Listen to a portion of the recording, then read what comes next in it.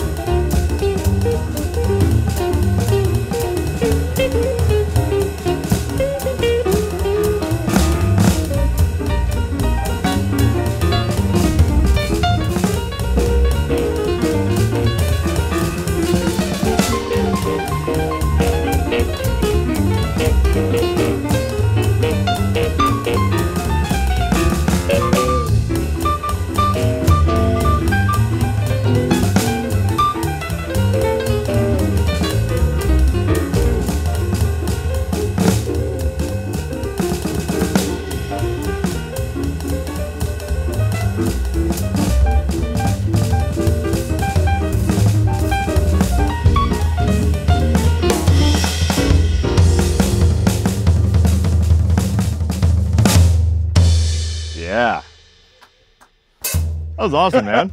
A nice change from the last live lesson we did where I think you started on brushes. Yes.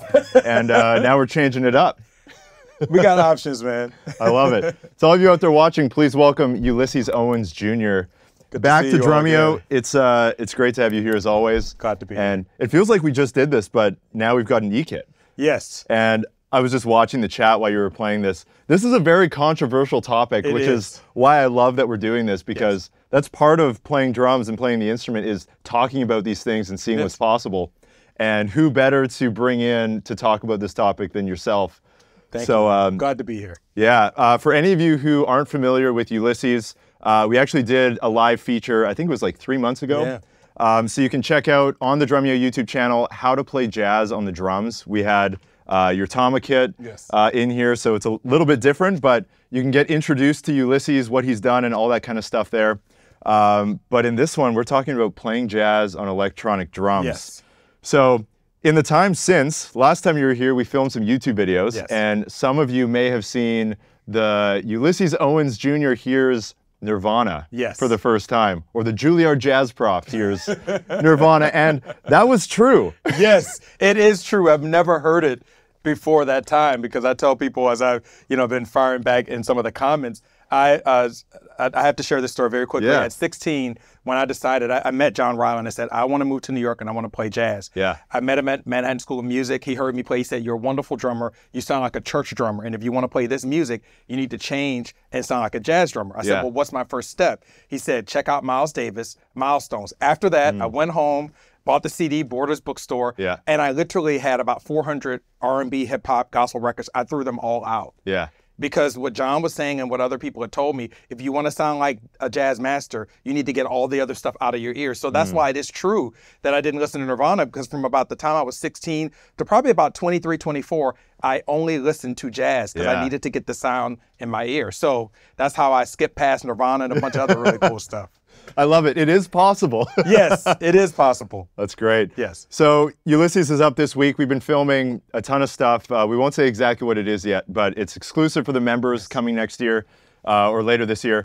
And since the time Ulysses was here last, we actually launched a brand new format inside the members area. We're calling them workouts. Yes. And basically they're practice along jazz workouts that you've done on comping, brushes, swing playing, shuffles, and there's a whole bunch more on the hopper as well. So you can actually go practice along with Ulysses, which is a game changer for practicing. Yeah, I wish I had that. I mean, when I started playing jazz drumming or venturing into jazz drumming, all I had was what John said, which was his book, Art About Drumming, great resource. Classic. But then also just records. So you're, as a jazz drummer, you're trying to find your sound while listening to Philly Joe or, you know, Mickey Rourke or Max Roach, which is great. But then sometimes you need to be able to either hear someone that you can actually go see or sometimes have drummerless recordings where you have an opportunity to just kind of get into your sound. So what I wanted to create, and Drumeo's the perfect platform for, is for a drummer who's like, where do I begin? Here it is, and we can do it together. Yeah, and you're talking through it as it's happening. So it's like an interactive, almost like private lesson, but still digital.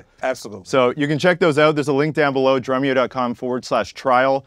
You can try it out for 7 days and get practicing with Ulysses. So in this lesson, you've seen the title. It's called Can You Play Jazz on Electronic Drums? And watching the chat, it's pretty much split 50-50. Yes. There's people saying, absolutely, it can't be done. Yes. There's people saying, well, clearly he's doing it. Yes. As you just played, I Got Rhythm. Yes. So we're going to talk all about this. If you just joined the stream in the Drumeo members area or on YouTube, let us know in the chat what you think about this topic. Yes. Ulysses, can it be done?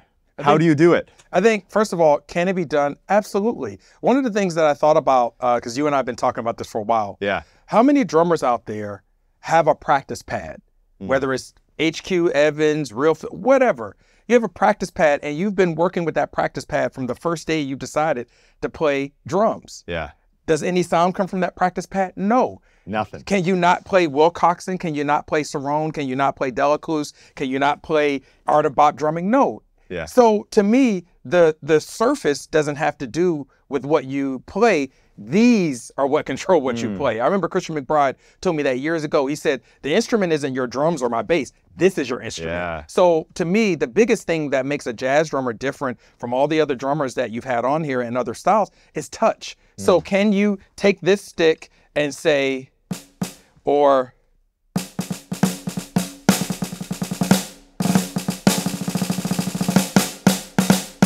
Yes, you can do it. Now, will that snare sound as good as my Noble and Cooley?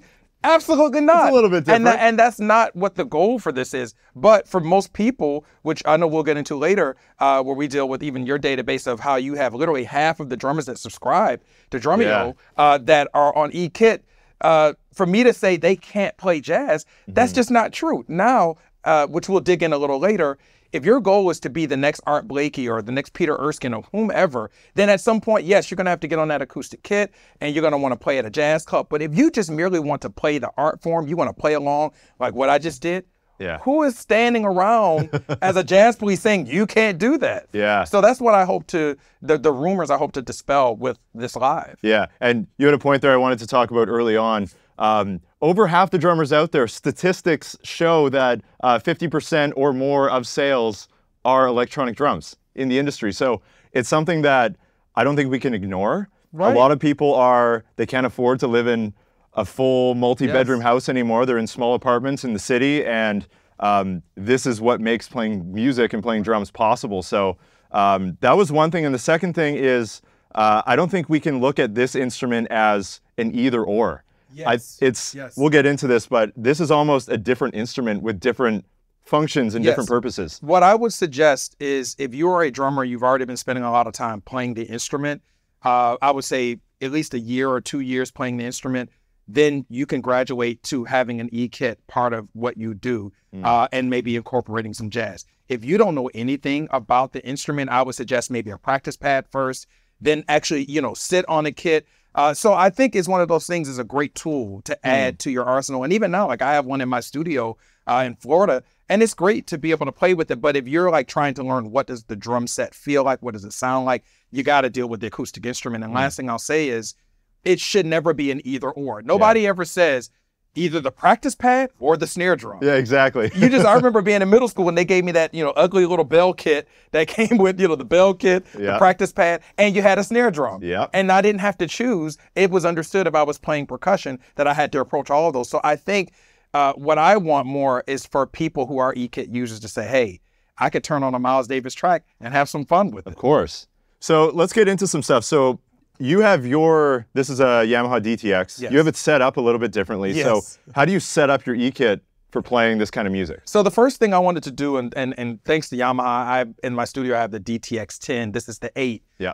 I wanted to make the format setup the same as what I have with my Tama kit. Because for me, what makes jazz drumming special, and a lot of the masters that I love and adore, they all play, for the most part, 4-piece kits. Yeah. So normally they play a 14-inch snare drum, a 12-inch tom, and a 14-inch floor tom. So I wanted immediately when I got to the warehouse the other day, I said, get rid of that other tom. Because for me, just having that made me feel like I was still in the same configuration. The next thing, which is key for jazz drummers, is you got to have that ride cymbal. In the great words of Lewis Nash, my teacher, he said, your ride cymbal, that's planet Earth, baby. Yeah. So you got to have that cymbal right there, and it has to be easily accessible, because that for me just informs that this is a major part of the kit. So I would just say setup wise, I made sure I had the normal configuration. I've got that ride cymbal there, and it's pretty similar to what I would have over here or what I would have earlier when we were filming courses. And then the other piece, which I know we'll dive into with DTX, they actually have a couple of bop kits in there. I know you want to go through some of the sounds. So if you want to start playing jazz, play along with records, practice, whatever. What are the presets in the DTX, which I'm assuming there's similars in other E-kit modules as well, but which are the ones that resonate the most with you? So the one I like is 016 or 16. It's called Little Kit. Now, I'm not crazy about the snare drum, and we already had a conversation. I'm going to be talking to Yamaha about how, one, I would love to create a snare throw-off and all that stuff. But I like the vibe of this kit, and I like that the toms are tuned a little higher. So that's the kit that I really like. And it has a good sound. It has a decent ride cymbal. And darker. Then they've got some other ones. Definitely, that's not a jazz kit. Got some other things, classic. And then they've got like kind of the number one is, the absolute maple.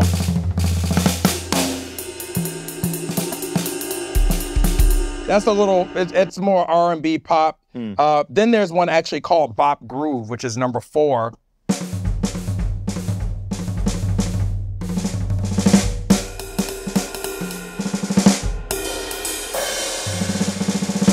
So I would say for me, the ones that I really liked is either the Bop Groove or what I ended up settling on for our live, which is the Little Kit, because the Little Kit had a little bit more, pun intended, had a little bit more sound and fullness. And what I was listening to for the most part and working with our team here was that ride cymbal had to sound like it had to have as close as possible of a touch to what I'm used to using, because that, for me, in some ways for jazz was even more important than even the tone of the drums. And one last little thing Yamaha has, and I'm sure some of the other E-kits have as well, you can go in there and actually tune the drums. You can add reverb to things, you can tweak things up. So there's range. Yeah.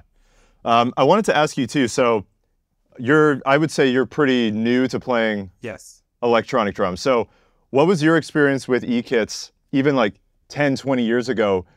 How did you view those then compared to now, or did it change? Well, I would say, one of the key things for me is, you know, my first E-Kit experience actually was with an artist you guys have had here. His name is Tony Rister. Yeah. There was a music store back in Orlando, Florida called Thoroughbred Music, which is now Sam Ash. And that was when the Roland V drums first hit the market. Yeah. And I just remember being like, wow, it's so cool to have this kind of mesh pad that you could kind of just play, and it had all kind of really cool samples and also play along. Yeah. So it's really interesting that like I had access to that kit with Tony. I think he was 12, I was 14. Fast forward to now, I'm in my 40s, and technology has completely shifted, and now Yamaha has entered this market with this kind of a silicone head. I love it. What I like about this kit the most, it feels good to play. That's what's special to me. It actually, it feels comfortable to play, and on top of all the other things that I have to get used to, I don't feel like it feels that much different than an actual kit. So I think it gets a little bit more difficult when you start dealing with kits that are just the black kind of disc. I think that's when you're going to really feel a difference between a kit and that. So yeah, I'm glad that I have this kit and access to it. Nice. Before we keep going, let's do another track. Sure. And this is one that you did in the How to Play Jazz on the Drums episode called Thad's Pad. Yes. So we're going to hear it on the E-Kit this time.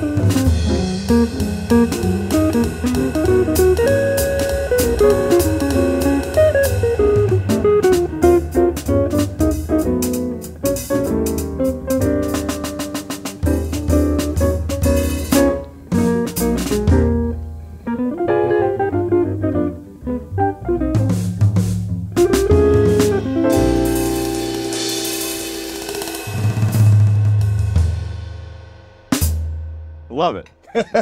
Dude, a little bit different than before. Honestly, like I wouldn't be lying to say like I was maybe a little bit skeptical when we first started talking about this. I'm like, oh, like how is that kit going to sound with the tracks and all that kind of stuff? You and me both. It sounds great. Like whatever's in the ears, it's awesome. I wanted to call out one comment I saw in the the YouTube chat. There's going to be more of this. I want this to be kind of interactive. So. Jason Anthony Wilper in the YouTube chat says, no, because jazz is all about dynamics and E-drums have none. Is that true or is that false? So I'm going to challenge Jason publicly. Yeah. no drum, acoustic or electric, has dynamics. You have dynamics. So if I do this,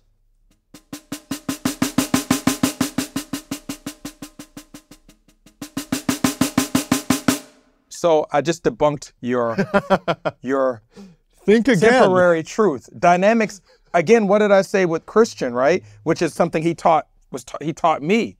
The dynamics are here. They're not there. Because you could bring, just like, for instance, I play a 16-inch bass drum.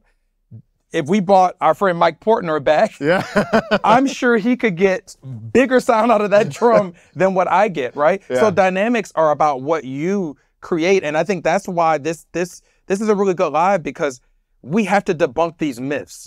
If not, then we're missing a level of discovery and education that we all can have. So that's not a negative thing to you, Jason, but there's a lot of people that think very negatively, not realizing we control what comes out of these instruments. Yeah, no, I love it. And on that, I want to get into the next topic, and some people may have seen, we actually have some acoustic instruments in the back behind the E-kit. So let's talk about the touch and finesse of playing on an acoustic kit compared to an E-kit. So there's a couple things that are very different. We have the hi-hat there, and for the most part, minus the rubber pads, it's the same motion and it's very similar. Where I think is very different is, first, the ride cymbal. In jazz, which I've already talked about, the ride cymbal is very important. To Jason's point, you cannot get dynamic range out of a rubber cymbal pad, but you can out of this. So I'll just play some quarter notes. 1, 2, 3, 4.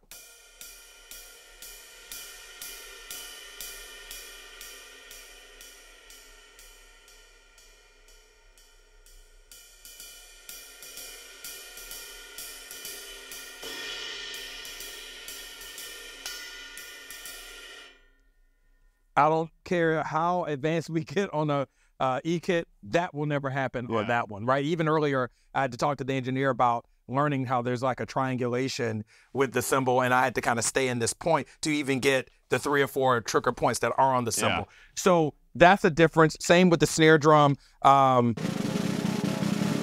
was playing buzz rolls on the E snare drum, and I was encouraged to not do it. It sounded so corny. You did it anyway. I did it anyway, but it was so corny. Dynamics, I think, is the wrong choice of word, but tonality, tones. There are levels of tones that you can get out of acoustic kits that you just cannot get out of an electric kit because of the surface. So in that regard, dynamics isn't the issue, but access to certain tones is. And I think that's where the conversation of not one or the other, but two separate instruments comes into play, where an acoustic ride cymbal is never going to be technology in a rubber pad.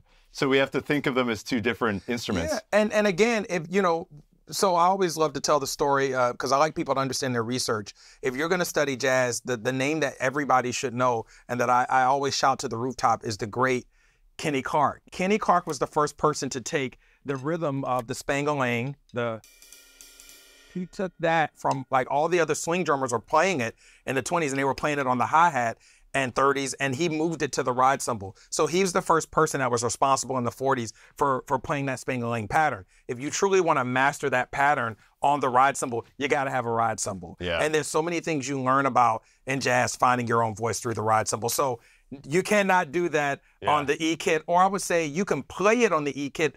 Now that I've done all this work and shed it for so many years, I can play it here. But to discover it and study it, it's best studied there. So again, it's not either or, it's both and. Yeah, if that was your only option and you wanted to develop your swing feel, of course that's better than nothing. Sure, well, and I just want to interject. During the pandemic, I took on all these students via Zoom. I had a lot of students from Asia, particularly from China, that reached out to me. Every one of them had an E-kit. And so that's when I had to open my mindset, because I was just like a lot of these folks, where I was like, absolutely not. I was like, you know, the bebop drum police. And after a while, I was like, but if all these folks are showing up, they want to learn, we just have to, I think it's about being open and how we approach it. Yeah. One question, this is currently the top voted comment in the Drumeo members area. Common question, how can I learn to play brushes when I have an E-kit? So when you figure it out, you let me know. I guess that's a limitation. So I have an email ready actually to go to my Yamaha folks, and that's one of the first topics is what can we develop technology-wise. I was speaking to Kyle at Drumeo, and he said there's a couple of companies that I think are starting that process. But right off the bat, I mean, first of all, one of the things that I look forward to is to get a 14-inch drum pad, right? And then whatever, I would imagine they probably have to develop sensors or something, and it cover the entire head so that as you sweep with that brush, that happens. But I don't know of any yet. Yeah. Hopefully this live will inspire some engineer to say, hey, we can do that. And then someone out there is smart enough to figure it out. So. Man, well, listen, given technology and social media, I think in 6 months or less, somebody will have that technology, or at least be making a prototype of it. Yeah, and regardless, I mean, I practice brushes on a coffee table, the pizza box. Yeah, the pizza box. I always love to tell the story that was told to me about the great Papa Joe Jones, that he would walk around with a newspaper with brushes tucked in. Oh, really? Yeah, he would be under his arm, and he'd just whip out that newspaper and he'd stir, and play. And I've had many conversations with Jeff Hamilton and a lot of them, and they actually say the best way to work on your technique is to use that. A little cheat secret with that, sometimes if you can't get a newspaper or a pizza box, get a piece of construction paper and just lay that down, and that helps you to work on spacing and how to really get your brush pattern nice and tight. So I guess there's enough texture. Yeah, the texture is on the paper. And the texture is actually very similar to this. Because that's all you need is this. Yeah. You need that as the resistance. Yeah. Is there anything, we talked about the snare drum, anything with the bass drum? Yeah, that changes? Yeah, so I want shout out to my folks, Dragonfly Percussion. I have a different beater here because we have my prototype beater we're working on, and I wanted something that could work on the mesh surface as well as the bass drum. Like over here, I have more of what's called like the Big Softy, which is kind of more of a feathering beater. Yeah. So I would just say for drummers, if you are looking to get, let's say, one drum pedal, like if you're about to start today and buy some stuff, I would make sure that the drum pedal that you get has the beater that works with whatever the surface of your E kit, because we know that, like I know, for instance, Drumeo has the Ulysses kit. Yeah. That is more of the rubber pad format versus this or the Roland or some of these other, I think there's even a German company that's Geva. Yeah, they're making drums. I saw some of their stuff as well. So anyway, so I would just make sure foot pedal wise you have a beater that can go between.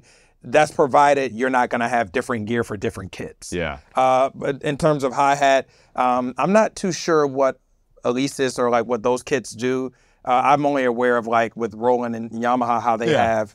I think most of the intermediate and upper range kits have just pretty much a standard hi-hat stand. But I would say, again, if you're working on tonality, like if you're working on getting sound out of a drum, this is great to practice like the like one aspect of like the form. But if it's about sound, because drumming is both form and sound. If you're wanting to shed sound, then you got to get off of this and get on here. If you're just dealing with the form of, like for instance, if we're going to practice, rudiments, just.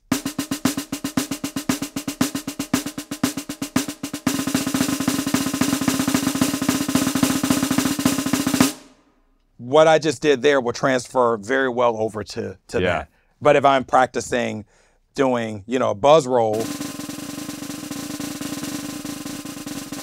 the trigger's not picking up all the buzz, but the actual form, the surface is picking it up. So it would transfer well. So again, it's not either or, it's both. Yeah.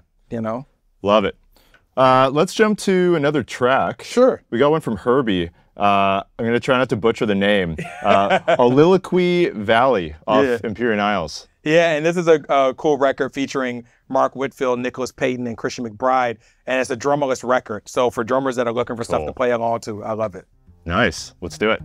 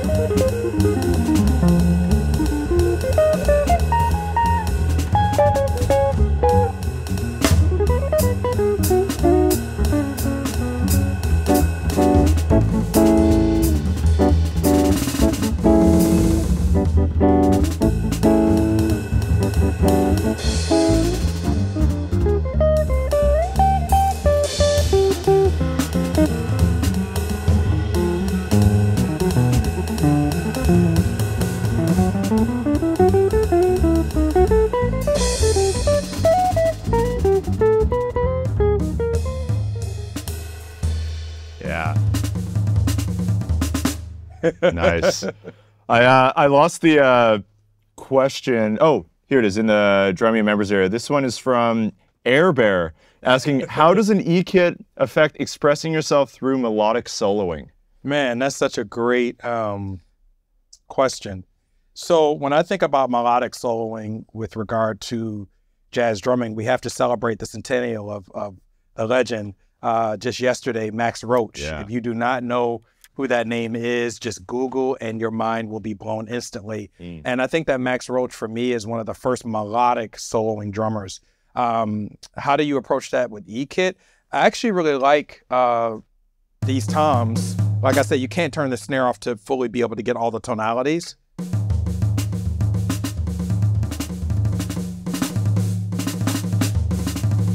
I mean, something Max would always do.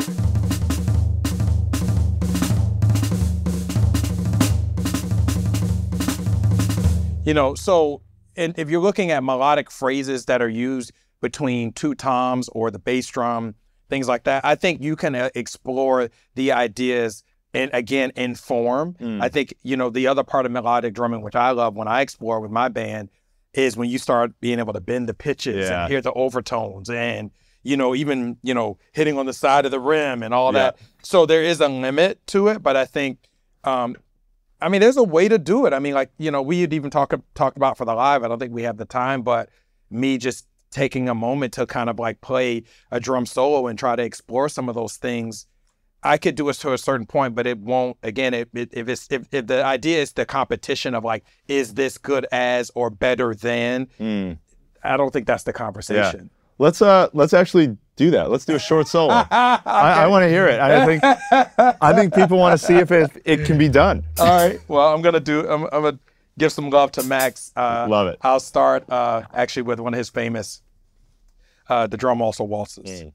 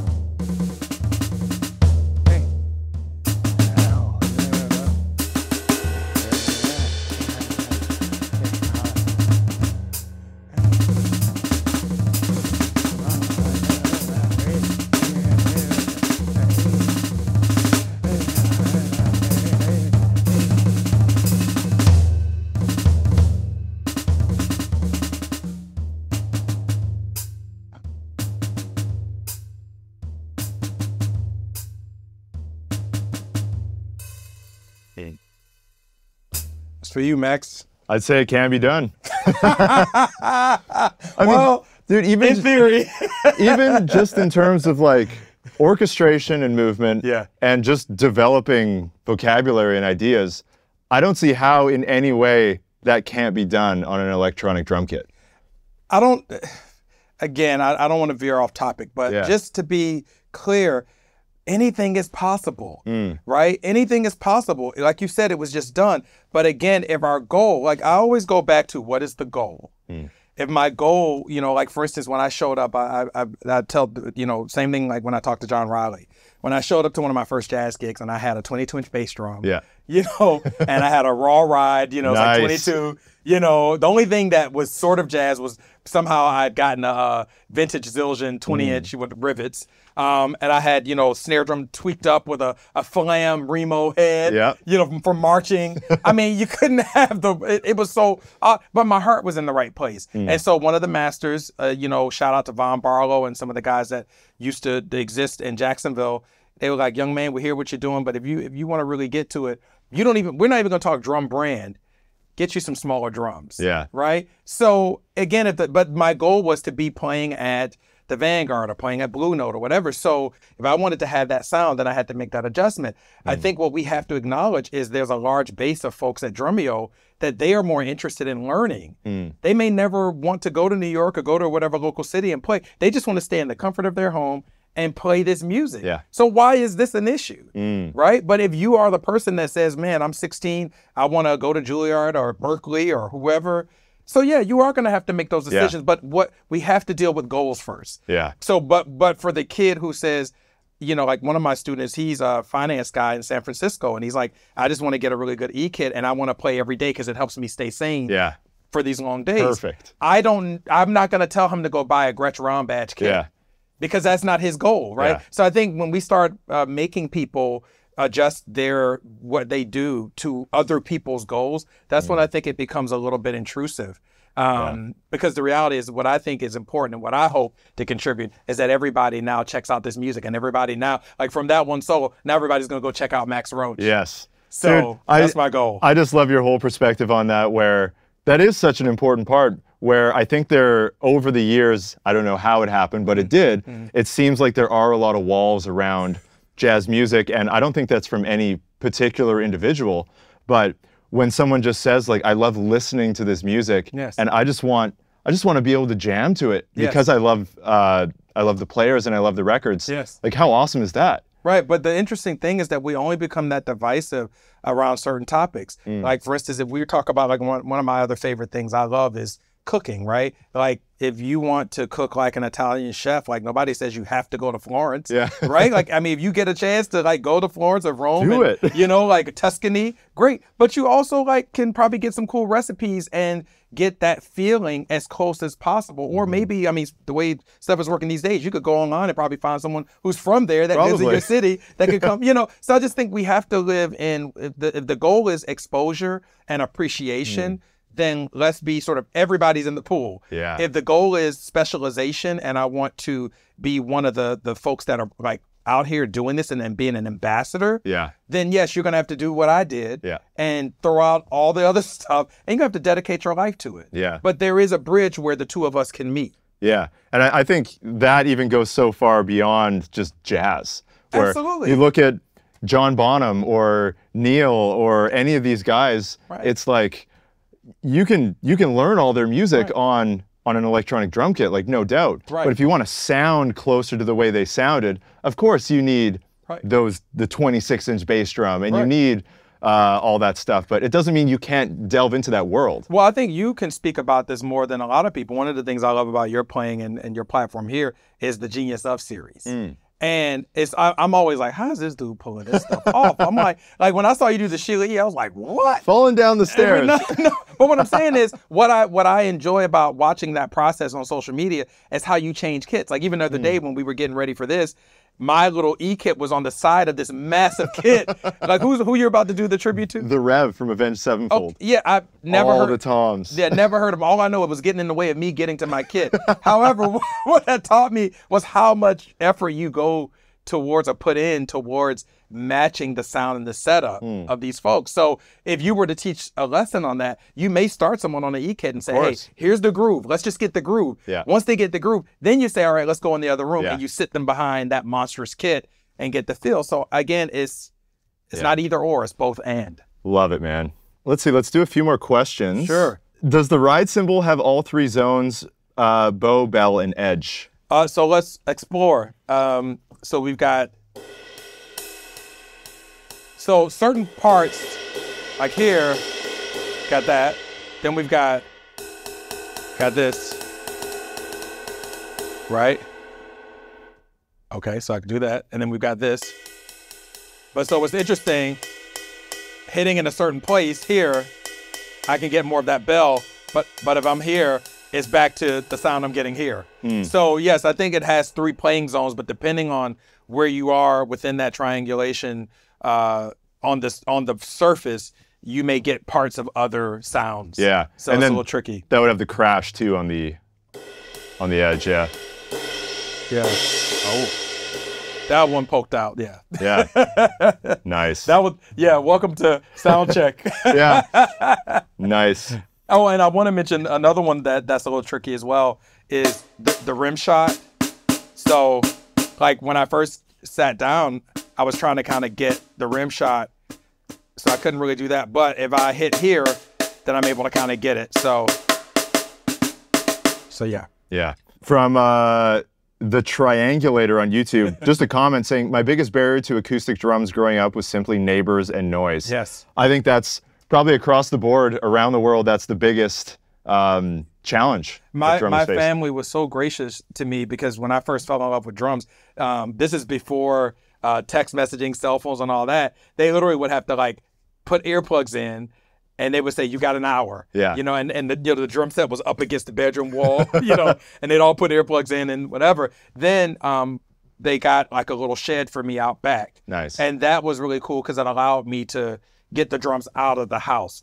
But yeah, man, I mean, it's like even now in my home, and you know, I have an apartment for my son and I don't have drums in that apartment. It's at my studio, which is at, you know, where with my folks, like that's where my setup is. Yeah. And and then for years I've been working on it. I've been soundproofing it and I now have a space. But again, not everybody's able to do that. I wasn't really able to be fortunate in that way until I moved back to Florida. In New York, I had a 2-bedroom apartment. Yeah. My second bedroom was my studio. Yeah. And I had a little bop kit in there. And if I played more than about an hour and a half, you know, you'd hear the proverbial, you know, like broom, Stop like, playing. stop, kid. You know, what are you doing up there?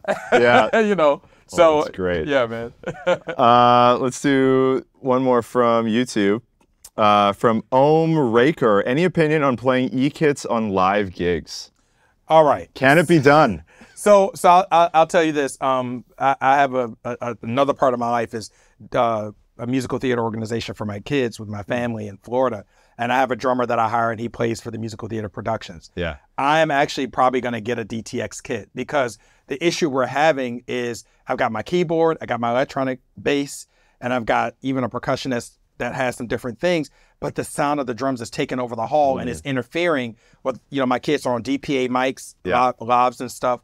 So I'm actually about to get a kit for him because I don't need the interference of sound. And then with the, you know, I got a great engineer that can trigger stuff and get the sound right and full in the house. So to answer your question, yes, but I think on certain gigs, I think when it comes to the pit for musical theater shows, certain shows, I think it works well. I would not take this to a jazz gig to play straight ahead. Yeah. Now, if I was going to have a different kind of sonic vibe, like let's say my band Gen Y, we want to like add another element to the sound where maybe we want to get into some like funky sound design and soundscapes, then I would still have my bop kit and maybe like a couple pads to the side and create some stuff. And I'm actually, you know, looking into, the more I get into this, I may try to figure out how to do that. But I think, no, it depends on the application. Yeah. Yeah. We just had, his name's Eden, on the drum department, and he plays for Cirque du Soleil. Yes. And they had, I think they had a rolling kit. Yeah. But it was visible to the audience the whole time and sounded great. Yeah, yeah. I mean, my big issue that's been happening in these halls, you know, when you got mics and stuff, is that you hit that bass drum, you hear that snare, it clears out. Gone. It clears everything out. So I just need to get everything contained, and also the space that the drum set takes up. Yeah. Right now, I got this big, huge rack. I will cut my space in half having an E-kit. So I think it works for certain things where it is more about the touch, the sound, things like that. My one other idea we talked about earlier this week, and I want to speak it into existence because I want it to happen. I want Ulysses to play at the Village Vanguard, one of my favorite venues I've ever been to. Yes. I want you to play an E-kit with a live band at the Vanguard. It's going to happen somehow. I think that, so first we're going to get the band booked there. I played Vanguard with Christian and many others. Yeah. We're going to get the band booked there. I just keep thinking when you say that Lorraine, who's the former owner of the Vanguard, she's no longer on the planet. I'm like, she would roll in her grave. We'll see if we can get Ulysses on our side and make it happen.